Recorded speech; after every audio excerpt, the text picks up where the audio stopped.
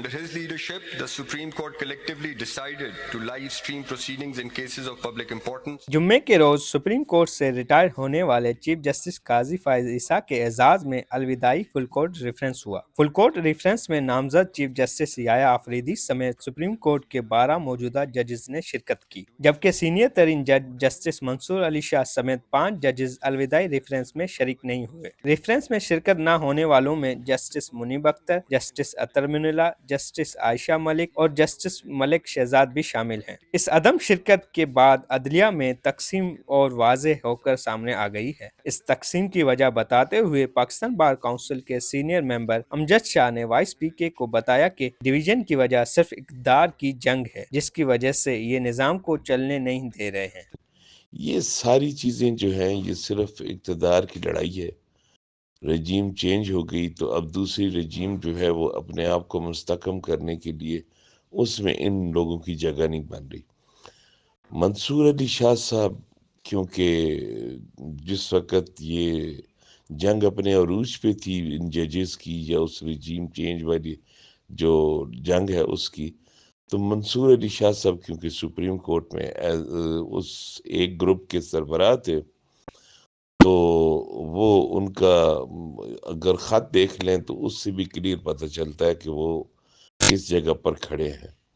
اور باقی یہ جن ججز نے وہاں پر شرکت نہیں کی ریفرنس میں یا قاضی صاحب کی جو الوداعی تقریبات تھی اس میں، تو اس سے آپ اندازہ کر سکتے ہیں کہ یہ لوگ کس حد تک مطلب انہوں نے یہ سسٹم کو نہ چلنے دینا یا پچھلی رجیم کے ساتھ ان کی جو وفاداریاں تھیں ان کا آپ اس سے اندازہ کر سکتے ہیں۔ تو بس افسوس ہی ہوتا ہے۔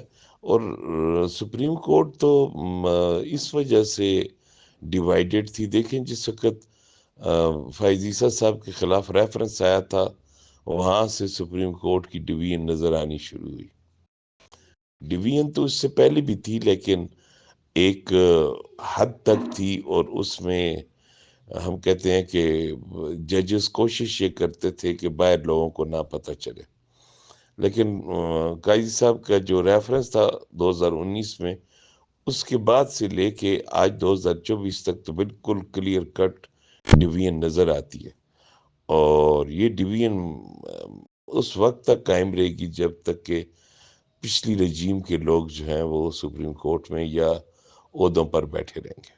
خیبر پختونخوا بار کونسل کے ممبر احمد فاروق کھٹک کا کہنا تھا کہ اس طرح کی ڈویژن کا سلسلہ سالوں سے سپریم کورٹ میں چلتا آ رہا ہے۔ تعلق ہے کہ کل منصور علی شاہ نے یا دیگر ججز نے شرکت نہیں کی تو یہ کوئی پہلی چانس نہیں ہے، اس سے پہلے بھی ایسا ہو چکا ہے کہ اگر ججز کو اسی موجودہ چیف جسٹس سے کچھ بغض اور اعتراض ہوتا رہا تو اس کے ریفرنس میں وہ شامل نہیں ہوتے تھے۔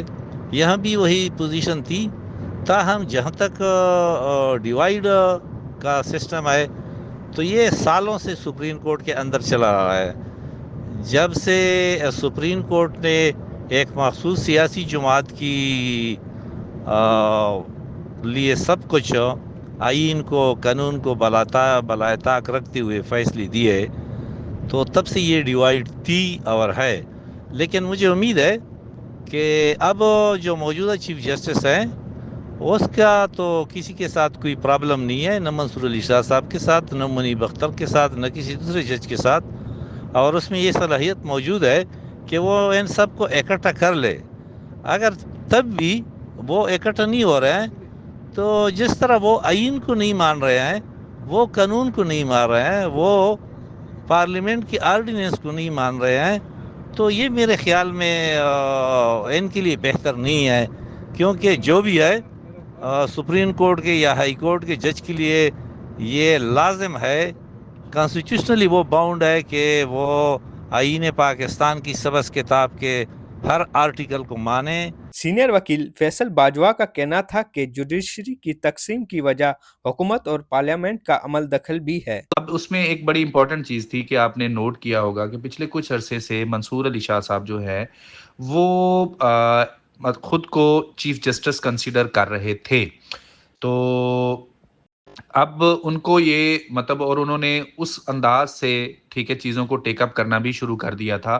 لیکن آگے سے پھر گورنمنٹ کی انوالومنٹ ہوئی, گورنمنٹ نے مطلب امینڈمنٹس آ گئیں, اس میں وہ نہیں ہوئے. تو اب دیکھیں دو چیزیں ہیں.